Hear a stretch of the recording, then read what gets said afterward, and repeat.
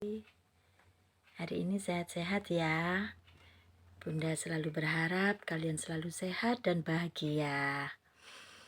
Oke, kita kemarin sudah membahas tentang perpisahan dalam keluarga.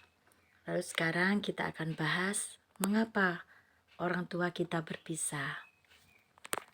Ini ada suatu cerita seorang anak yang bernama Lia. Dia melihat keadaan orang tuanya itu tiap hari baik-baik saja. Antara orang tua dan antara ayah dan bundanya selalu baik-baik saja. Namun tiba-tiba mereka harus berpisah. Dan ayahnya meninggalkan rumah tanpa anaknya ini tahu kenapa kok ayahnya tiba-tiba meninggalkan rumah. Banyak sekali ya alasan sekarang ini kenapa orang tua memilih untuk berpisah. Salah satunya adalah kesalahan di dalam salah satu pasangan dalam suami istri di dalam keluarga itu berbuat dosa.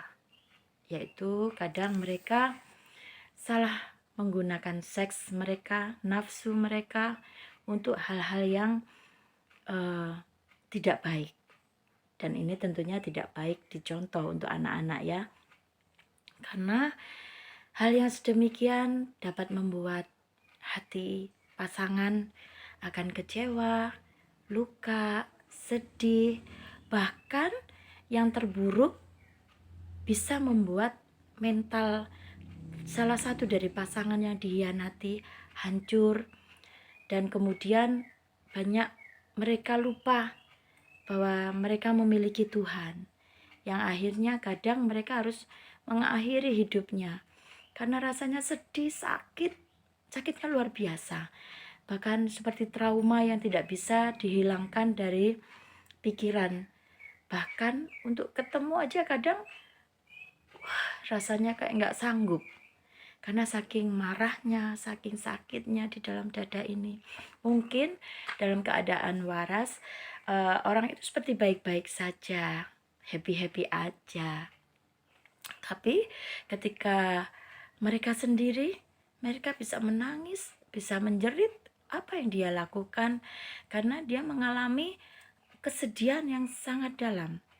Karena pengkhianatan itu sangat menyakitkan. Nah, mungkin kita pernah mengalami. Kenapa banyak orang mengalami seperti ini? Pasangannya tiba-tiba melakukan perselingkuhan di luar, yang ternyata istri atau suami tidak tahu apa yang dilakukan oleh masing-masing pasangan mereka. Namun Tuhan itu rupanya tidak suka demikian, karena Tuhan itu kepinginnya manusia itu tidak melakukan hal yang buruk tentunya ya, apalagi perceraian. Tuhan sangat benci dengan perceraian, karena penyelenggara pernikahan dan keluarga itu adalah Allah. Sehingga ketika kita menikah, kita berjanji kepada Tuhan, bukan kepada manusia. Mungkin dulunya sebelum pernikahan masih pacaran, mungkin masing-masing pasangan ini memberikan value, nilai-nilai yang baik kepada pasangannya. Tetapi lambat laun, seraya waktu berjalan, mungkin kita akhirnya tahu kelemahan-kelemahan dari pasangan kita. Ya tentunya kita nggak akan pernah ya mau menikah dengan pasangan yang sudah attitude-nya buruk, sifatnya buruk, mungkin seperti itu. Tapi dalam perjalanan hidup kita tidak akan pernah tahu. Yang pasti Tuhan pasti merancangkan kehidupan itu indah, nggak pernah merancangkan kehidupan kita itu sakit, susah. Tapi kenapa kok ada kesedihan yang membuat keluarga itu semakin terpuruk, terpisah? Kenapa? Karena ulah dari setan si iblis yang ingin manusia itu jatuh ke dalam dosa, yang akhirnya membuat pasangan suami istri ini harus berpisah. Jarang sekali ya, mungkin bisa dihitung kalau pasangan suami istri itu bisa bertahan di dalam hidup. Tetapi jika pasangan itu mengerti firman, takut akan Tuhan, pasti mereka akan mempertahankan pernikahan walaupun dengan cara yang berat, tapi memperbaikinya dengan jalan Tuhan.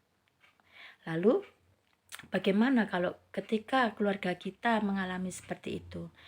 Orang tua kita mengalami perpisahan. Karena tadi sudah kita tahu ya sebab-sebab dari perpisahan orang tua. Ya salah satunya karena nafsu, seks yang bisa saja melalui hal-hal medsos ya terutama ya.